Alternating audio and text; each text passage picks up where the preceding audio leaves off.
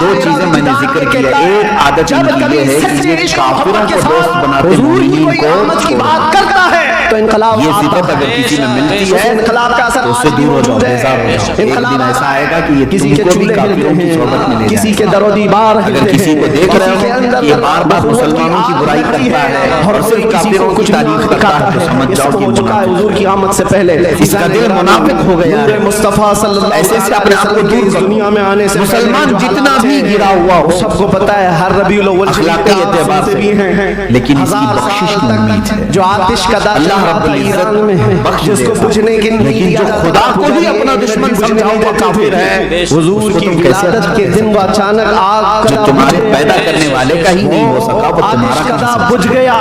سب حیران تھے کہ اچانک ہوا کیا ہے.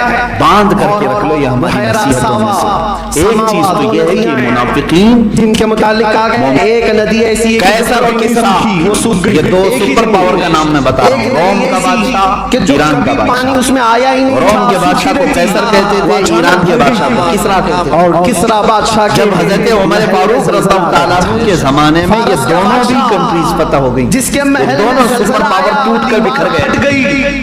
روم اس کے کنگورے گر گئے, اس نے سارے ادھر کا ایران, دونوں بھی سلطنت اسلامیہ میں داخل ہوئے, خلافت اسلامیہ میں آ گئے. 1 لاکھ لوگ مل کر اسے مسئلہ یہ تھا کہ حضرت عمر فاروق رضی اللہ تعالیٰ عنہ کے پاس صحابہ وہاں کا مال غنیمت لے کر گئے. مال غنیمت کس کو کہتے ہیں؟ اور یہ دیوار جب دشمن ساری چیزیں چھوڑ کر چلا جائے تو جو بچا ہوا مال ہے وہ فتح پانے والی جماعت سکہ نیا چلے گا. تو صحابہ وہاں سے مال غنیمت لے کر کے آئے. اس مال غنیمت میں ایک قیمتی قالین بھی آیا, بچہ پیدا ہوا ہے وہ کسریٰ کے ہاں دربار میں بچھایا گیا. ظلمتوں کو دور کر اس قالین کی اہمیت اتنی تھی کہ اگر دنیا کے کسی شخص کو بادشاہ اس قالین پر بٹھا دے تو زندگی پر فخر کرتا. سکہ نیا چلے گا. کسریٰ کے محل کے اس پلنگ قالین پر بیٹھا ہوا میں آدمی زلزلے فخر کر کے لوگوں کو بتاتا تھا.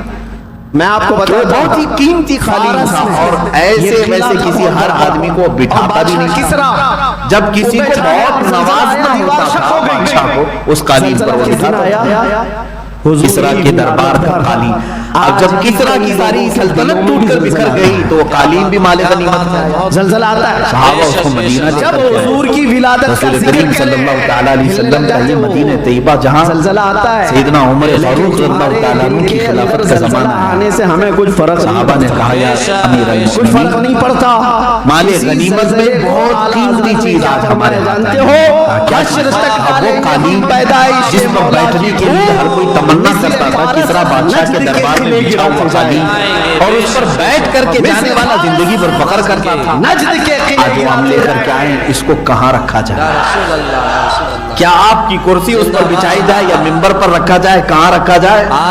سنو میرے عزیزو, امیر المومنین نے فرمایا اے میرے صحابہ دیکھا نہایت ہی نفیس عمدہ قیمتی قالین. حضرت عمر فاروق رضی اللہ تعالیٰ عنہ نے فرمایا مسجد نبوی کے دروازے کے باہر بچھاؤ, ہر نمازی اپنا پیر پوچھ کر اندر آئے. جوجھ رہا ہوتا ہے سوکھے پن سے. جو رسول اللہ کی مسجد میں آئے گا وہ اپنا پیر پوچھ کر کے آئے گا.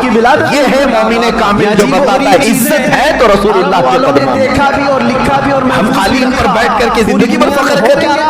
فرمایا اس قالین کی حیثیت رسول اللہ کے غلاموں کے تلوے ہیں. انقلاب آیا, ان تلووں کے نیچے وہ قالین ہوگا. والوں کی آج یہ چند سکوں کے لیے تھوڑی سی اپنی عزت کے لیے مشرکین کے پاس بیٹھ کر کے سوچ رہے ہیں کہ ایک سیلفی لے لیں گے ان کے ساتھ بیٹھ کر کے میری عزت میں اضافہ ہو جائے.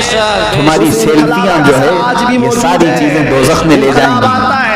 کسی کے ساتھ بیٹھ کر کے تم یہ سوچتے ہو کہ میری عزت میں اضافہ ہو جائے گا. دکھاؤں گا میں سب کو فلاں لیڈر کے ساتھ بیٹھو یہ بھی سیلفی ہے. اور کوئی کسی میرے عزیز تو فخر کرنا تو اس بات پر چاہیے تھا کہ میں گنبد خضرا کی چھاؤں میں آیا. میں میرے آقا صلی اللہ علیہ وسلم کے دربار میں آیا. اگر اپنی نسبت پر فخر کرو تو یہ تمہارا حق ہے. اس لیے کہ حضرت عمر فاروق نے بھی بتایا جب ان کو امیر المومنین کہا گیا تو وہ پڑے